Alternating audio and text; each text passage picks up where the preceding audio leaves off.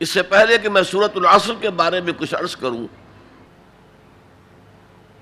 چند باتیں تمہیدی طور پر جان لیجیے۔ نمبر ایک، یہ قرآن حکیم کی مختصر ترین صورتوں میں سے ہے۔ صرف 3 صورتیں قرآن کی ہیں جو 3 آیات پر مشتمل ہیں، سورۃ العصر، سورۃ الکوثر، سورۃ النصر۔ 3 سے کم آیات پر کوئی سورت مشتمل نہیں ہے، تو 3 سب سے چھوٹی صورتوں میں سے ایک سورت سورۃ العصر ہے۔ نمبر 2 یہ کہ یہ قرآن حکیم کی اولین صورتوں میں سے ہے۔ قرآن کا اسلوب یہ ہے جو سورہ ہود میں بیان ہوا، کتاب احکمت آیاتہ ثم فصلت من لدن حکیم خبیر۔ یہ ایک ایسی کتاب ہے کہ جس کی آیات پہلے محکم کی گئیں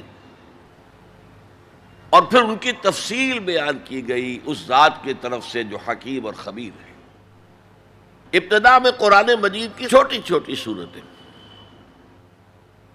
لیکن یہ چھوٹی چھوٹی صورتیں مضامین کے اعتبار سے، حکمت کے اعتبار سے، ہدایت کے اعتبار سے اس محاورے کے مانند ہے کہ دریا کو یا سمندر کو کوزے میں بند کر دیا جائے۔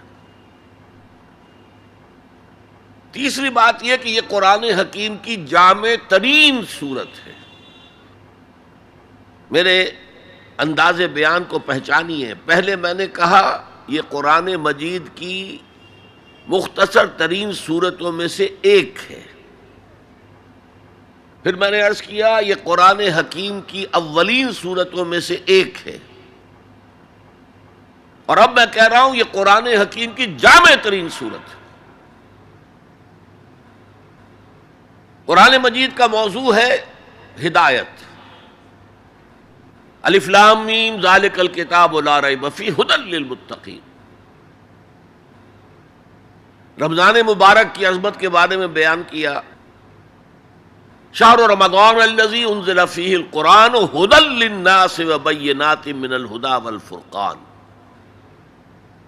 قرآن سائنس کی کتاب نہیں ہے، اگرچہ سائنٹیفک ریفرنسز قرآن میں ہیں۔ قرآن تاریخ کی کتاب نہیں ہے، قرآن فلسفے کی کتاب نہیں ہے، یہ کتاب ہدایت ہے، فکری ہدایت، عملی ہدایت۔ اور وہ ہدایت جو ہے اس سورہ مبارکہ میں مختصر ترین الفاظ کے اندر سمو دی گئی۔ چنانچہ میں یہاں آپ کو امام شافعی رحمۃ اللہ علیہ کے 2 قول سنانا چاہتا ہوں جو اس سورہ مبارکہ کے بارے میں ہے۔ آپ نے فرمایا لو تدبر الناس هذه السورہ لوسعتهم، اگر لوگ صرف اس ایک سورت پر تدبر کریں، غور کریں، سوچیں، فکر کریں تو یہ ان کی ہدایت کے لیے کافی ہو جائے گا۔ اس سے بھی زیادہ بڑا قول جو مفتی محمد عبدہ نے اپنی تفسیر پارہ عم میں بیان کیا ہے،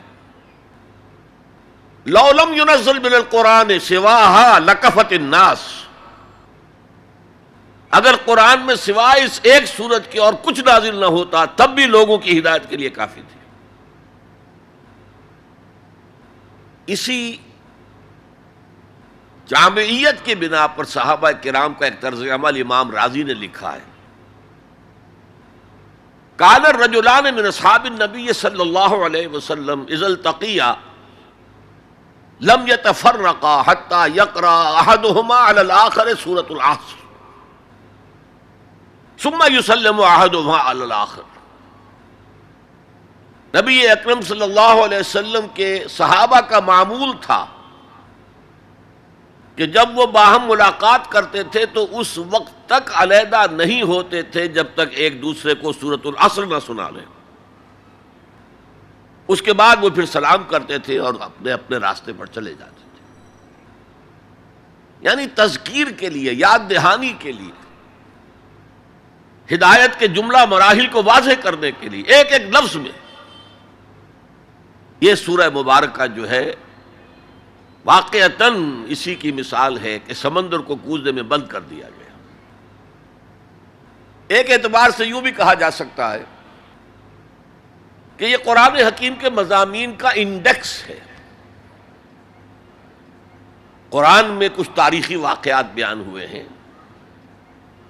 کچھ ازل کی باتیں بتائی گئیں، آدم کی تخلیق کا مرحلہ بتایا گیا، آدم و ابلیس کا قصہ بیان کیا گیا،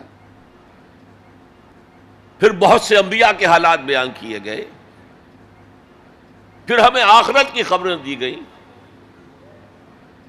ان سب کی طرف اشارہ ہو گیا والعصر، زمانہ گواہ ہے، ان الانسان لفی خسر الا الذین آمنوا۔ اب یہ ایک بہت بڑا عنوان ہے، قرآن کے مضامین کا بہت جامع عنوان، آمنو، کن کن چیزوں پر ایمان، کس انداز میں ایمان، یہ تشریح قرآن میں ملے گی آپ کو مکی صورتوں کے اندر۔ وعملوا الصالحات، تیسرا مضمون کیا ہے؟ اچھے اعمال، صالح اعمال، اسی کی تفسیر تو ہے، اخلاقی تعلیمات ہے، بیسک ہیومن موریلٹی کا تذکرہ ہے، پھر شریعت کے احکام ہیں، یہ کرو یہ نہ کرو، یہ سب کیا ہے؟ عمل صالح کی تفسیر ہے۔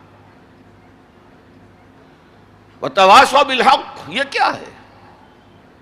یہ مختلف عنوانات سے قرآن مجید میں مضمون آیا۔ کہیں اس کو کہا گیا امر بالمعروف نہی عن المنکر، کہیں سے کہا گیا ادعو الی سبیل ربک، اور اس کے اوپر مفصل مضامین ہے۔ اور وتواصوا بالصبر، مدنی صورتوں میں جبکہ جنگیں ہو رہی تھیں تو صبر کی جو تلقین آئی ہے، جس طرح سے آئی ہے وہ آپ کے علم میں ہے۔